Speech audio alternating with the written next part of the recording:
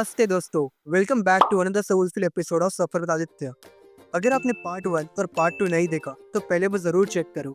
मैंने कवर किया याना केव, गोकर्ण के बीचेस, महाबलेश्वरम मंदिर और मुरुदेश्वर टेम्पल और जोग फॉल तक का सफर। लेकिन इस पार्ट में बात होगी उस कहानी की जो गोकर्ण के इतिहास को डिवाइन बनाती है। आज मैं आपको ले जा रहा हूँ एक हिडन जेम, मुरुदेश्वर टेम्पल के अंदर का एक अनोखा म्यूजियम में, जो आपको मिलेगा रावण और आत्मलिंगा की एक पुरानी और रोमांचक कहानी।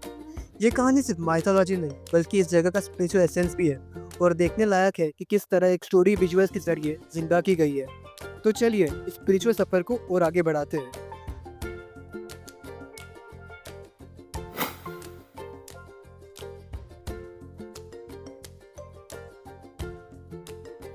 कहानी शुरू होती है लंका के राजा रावण से, जो महादेव के भक्त थे और उन्होंने उन्हें प्रसन्न करने के लिए गंभीर तपस्या भी की थी।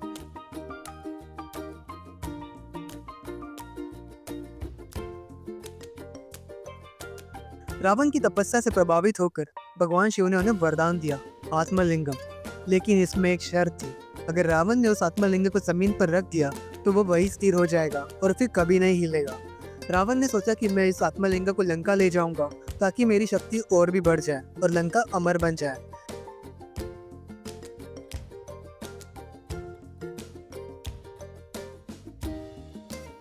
लेकिन भगवान विष्णु को इस बात का भय था कि अगर आत्मलिंग लंका पहुंच गया तो रावण अविनाशी यानी अमर बन जाएगा।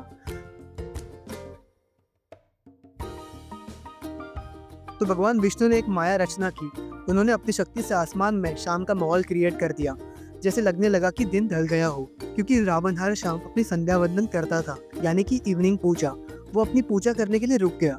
तभी विष्णु भगवान ने गणेश जी को एक छोटे ब्राह्मण बच्चे के रूप में बेच दिया।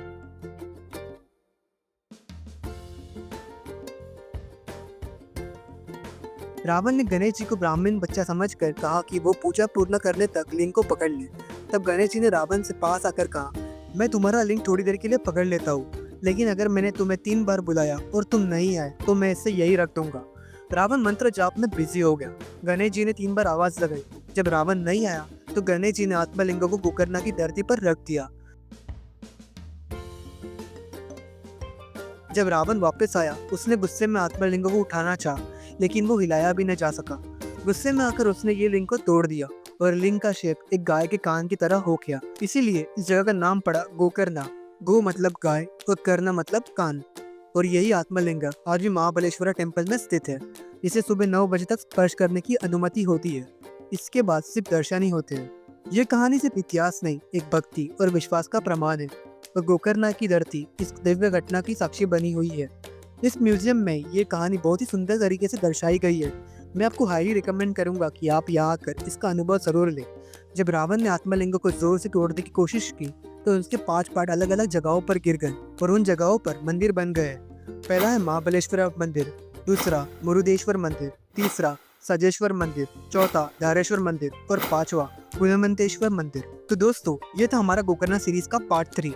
इसमें हमने एक्सप्लोर किया मुरुदेश्वर टेम्पल के अंदर का म्यूजियम और जाना एक प्राचीन कहानी जो जुड़ी है रावण और आत्मलिंग से। इस कहानी में भक्ति भी थी, माया भी है और एक गहरा स्पिरिचुअल मैसेज भी। और यही सब कुछ मैंने कोशिश किया इस एपिसोड में दिखाने की। अगर आपको ये ब्लॉग पसंद आया तो चैनल को जरूर सब्सक्राइब करना और कमेंट में जरूर बताना कि आपको ये कहानी पहले से पता थी या नहीं। और अगर आपने गोकर्ण या मुरुदेश्वर विजिट किया हो तो आपका फेवरेट स्पॉट कौन सा था वो भी मुझे जरूर बताना। मैं मिलता हूँ आपसे एक नए सफर में एक नए स्पिरिचुअल या एडवेंचर स्टोरी के साथ। तब तक के लिए टेक केयर, कीप एक्सप्लोरिंग और हर हर महादेव।